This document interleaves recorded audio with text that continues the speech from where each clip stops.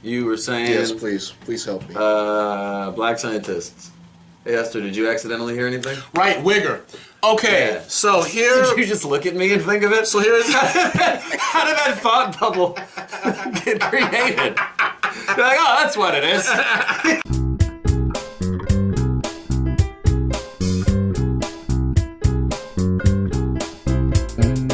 I'm saying this, Wigga is its own thing. And as somebody who could be classified as a Wigga, y'all have the full right to use it as you will. Like I say N-word. But you're not scared that white people will abuse it and find ways to just sneak N-words out of it? Well, here is the thing. Because if it means a white version of the N-word, then you could just be like, you know, like a black Wigger.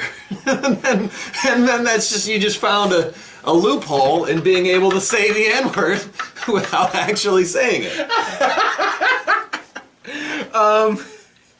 See, I don't like giving white people that much power, so I think that they just shouldn't have that word at all, because they'll find a way to abuse it.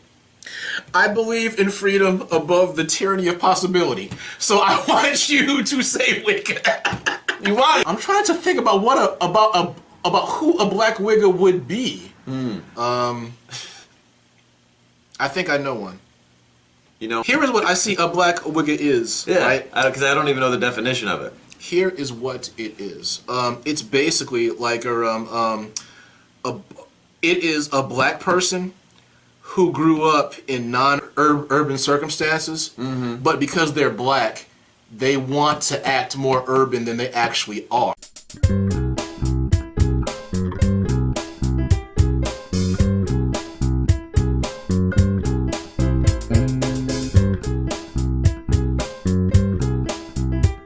It's like a bougie black person acting hood.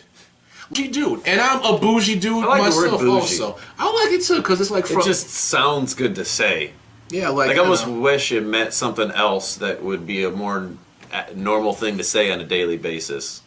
Just because it's a fun word. It's one of the most fun words I can think of. Bougie. If we were in France, like if we were in France, then we would say like bourgeois, and it would be like normal. Okay. Do you feel that way about like chowder? Or do you not like chowder? Do you like chowder? Chowder. I was such a picky eater at a young age that it was like, I don't know, maybe I was 15 before I had something that wasn't a lemon, a pickle, or a French fry. So I feel like as an adult, I'm discovering more foods that have been around for years that I'm like, chowder, like what, the clammed kind? There's a clammed kind of it. Is that the only kind of chowder? No. Because first when you say chowder, the first thing I think of is cheese. And I'm like, I don't think it's a type of cheese. But I do go back and forth in debating on what chowder is. Is it a noodle with stuff on it? Chowder is a soup that features cream in it. Chowder is only a soup. So you can say one word, because every other form of soup, you have to say soup in it, in the title of it. You can't just say tomato and you're like, oh, that's tomato soup. There's more to it than that. So chowder is the only soup that you just say chowder, and that by itself is a soup? It is a kind of soup, yes. So there's no non-soup form of chowder? No. Wow. And it's good to know. Right, and like a... Chicken noodle. You can't chicken noodle. It's like, okay, chicken noodle soup. You're not going to just eat chicken noodles.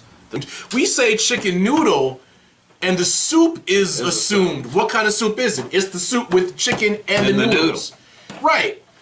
But I recently had some like a Vietnamese food for the first time, and they call it chicken noodle pho. But it's actually chicken noodle. So we're abbreviating it even more. Chicken noodle soup to chicken noodle to just pho. So there's just simpler ways to even.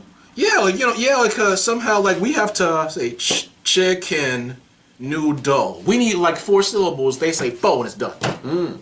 And I was impressed with chowder, of just how straight to the point chowder is. We're like, oh, soup. So do you like it? I forgot what we were talking about chowder for this long. Chowder, much like bougie, is a French word that we've worked into our culture. God damn. We went all around the soup verse. The soup verse.